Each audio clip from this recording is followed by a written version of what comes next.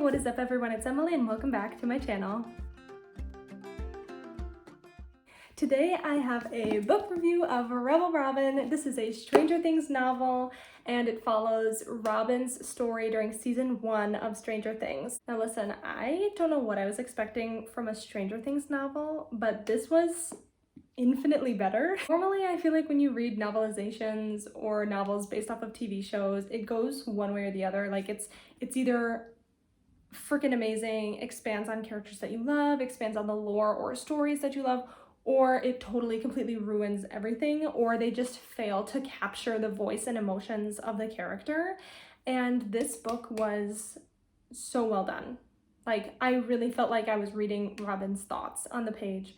And I feel like that's really hard to do from just watching her on the show. Just everything about this book was so great. But this is gonna be pretty spoilery show-wise, and then therefore book-wise, because the book references the show in a lot of ways, or the show references the book. I don't know. In this book, we follow Robin in, I believe, her sophomore year in high school, and we get to see her in class with Steve Harrington and Tammy, who she has a crush on, as you know if you've seen the show. Though at this time in the book, she doesn't understand that what she has is a crush on Tammy. She just thinks she really likes Tammy and wants to be her friend. So we get to experience Robin in the school marching band, her friends at this time, what they're like, what she is like, what her home life is like. We get to meet her parents and kind of learn about them. And it's just overall such a really great expansion on her as a character. I will say, I think what the show failed to do with Robin is really make her rounded out in terms of backstory. We get to see who she is on screen and in the moment, and we know who she is and what her goals are, but she doesn't have this backstory that we get to see with a lot of the other characters. So I'm really grateful for this because I think it really rounds her out and fleshes her out on screen as well. In the story, Robin is feeling kind of trapped in her life, and she's seen as kind of this nerd at school, but she wants to be a rebel. She wants to do something spontaneous. So she decides she's going to go to Europe next summer. But in order to do that, she needs someone to go with and she needs money. This kind of follows her plan to get to Europe next summer. And she goes between, which friend she wants to take with her. Could she bring Tam with her? And then on top of this, dealing with these feelings that she's having for Tam, not really understanding why she's feeling this way. We see a lot of our favorite characters. We see Mike and Will, Nancy, Steve, Nancy's mom, Officer Hopper, Joyce, and just tons of other people that are mentioned very briefly throughout the show. During the book, we experience from the sidelines what is happening during season 1, so when Will goes missing.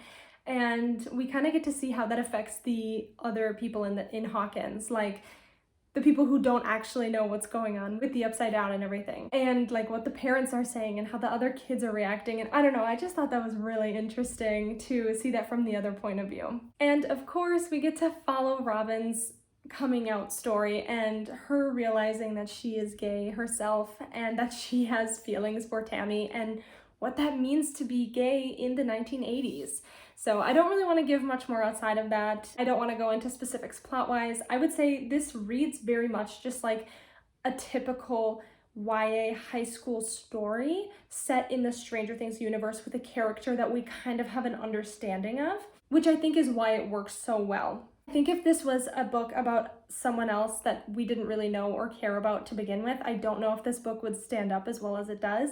However, because it's such a beloved character, it's so enjoyable for me. So I gave it 5 stars because honestly, I think it did a really great job expanding on the world, on Robin's character. It really fleshed out a lot of the stuff that's spoken about in season 3 and season 4 between Robin and Steve. We learn about Tammy, we learn about all of the history that's happened off screen. And I just thought it was really well done, very easy to read.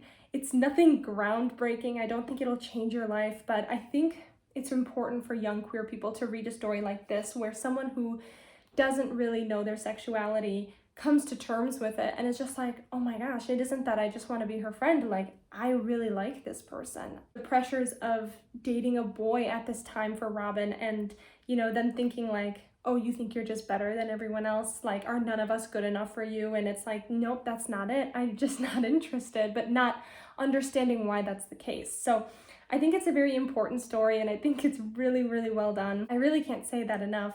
So I think it's a great story. If you are into Stranger Things and you love Robin like I do, this could be a really great pick for you. I think it is just such a fun, easy read and definitely worth picking up if that's something you're interested in. As always, thank you so much for watching this video. If you enjoy videos like this, please feel free to like and subscribe to my channel.